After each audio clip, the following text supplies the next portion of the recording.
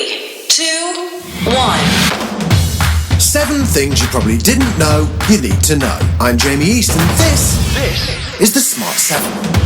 Well, good morning to you. It's Tuesday, the 9th of June 2020, and it's Donald Duck Day. Happy birthday to Michael J. Fox, Johnny Depp, and Natalie Portman. 7. After the weekend's protests, and in particular the removal of the statue of Edward Colston in Bristol, the government has been sternly warning that protesting and mass gatherings to show support for Black Lives Matter are high risk in a time of coronavirus. Boris acknowledged the anger, but threatened the full force of the law for those who engage in hooliganism. I say, yes, of course, I hear you, I understand. But I must also say that we are in a time of national trial, when for months this whole country has come together to fight a deadly plague.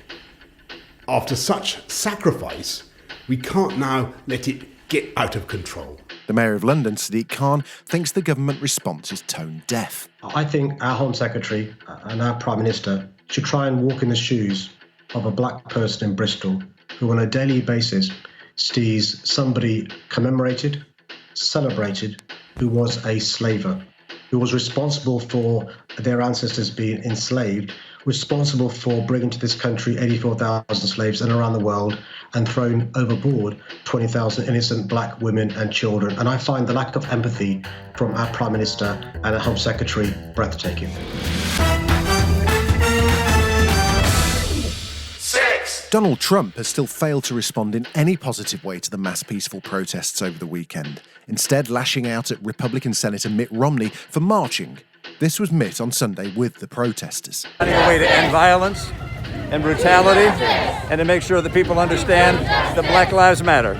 And now his Attorney General has admitted that during the first weekend of protests, Trump was rushed to the bunker, and not just for an inspection. We were reacting to 3 days of extremely violent demonstrations right across from the White House. A lot of injuries to police officers, arson. Things were so bad that the Secret Service recommended the president go down to the bunker. We can't have that in our country. 5. A war of words has broken out between the lawyers for Prince Andrew and US prosecutors who are investigating Jeffrey Epstein on charges of sex trafficking.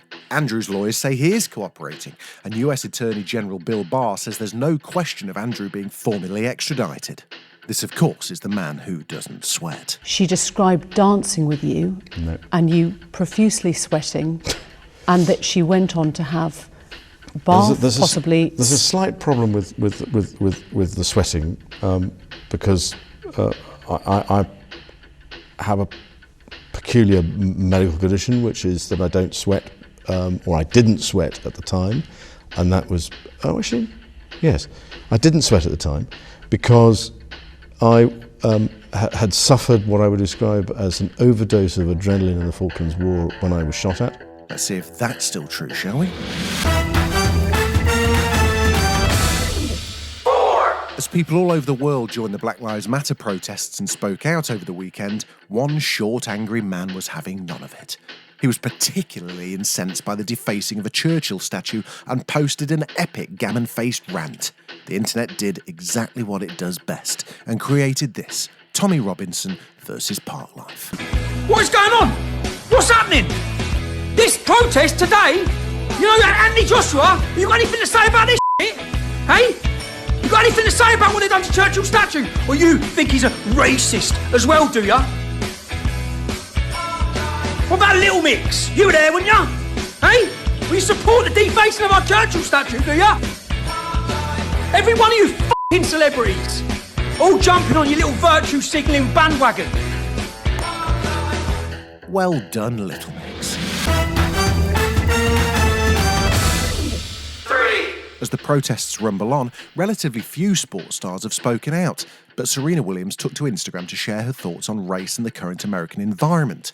Her husband, Alex Ohanian, is the co-founder of Reddit, who's resigned his position and suggested that he should be replaced by a black candidate. I just feel like, personally, it's no better time to be the color that I am. It's no better time to be black. I'm proud. I've always been proud to be who I am, to be black. And I just feel like I wouldn't be who I am. I wouldn't be as strong as I am.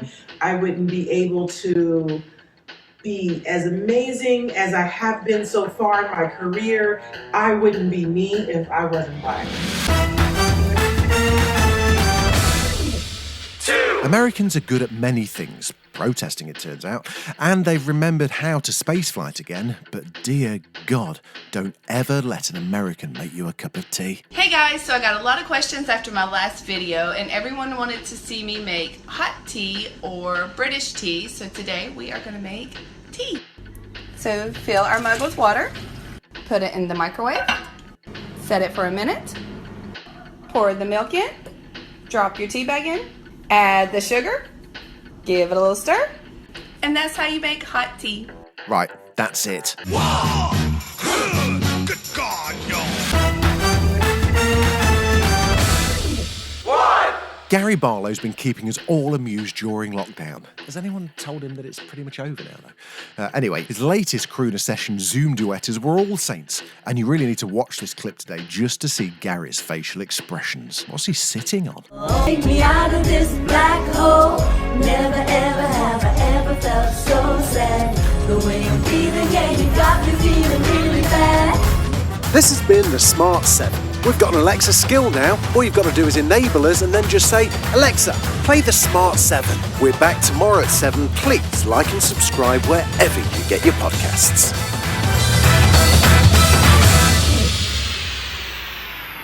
All of television history is contained within the box of delights. It was happening in front of us. Incredible. In our living rooms. It was amazing. Guests pick their favourite television moment and tell us why they love it. And is this the episode where Daisy's just been for the interview at the Woman's Magazine? Flaps. That's it, Flaps. Yeah. Named one of Radio Time's best podcasts of the year. I don't understand people who don't see the joy in drawing the curtains, a mug of hot chocolate and something nice on TV. Like, what could be nicer than that? Than having a snuggle. Exactly. Nostalgia in bite-sized chunks. Box of delights from Great Big Owl.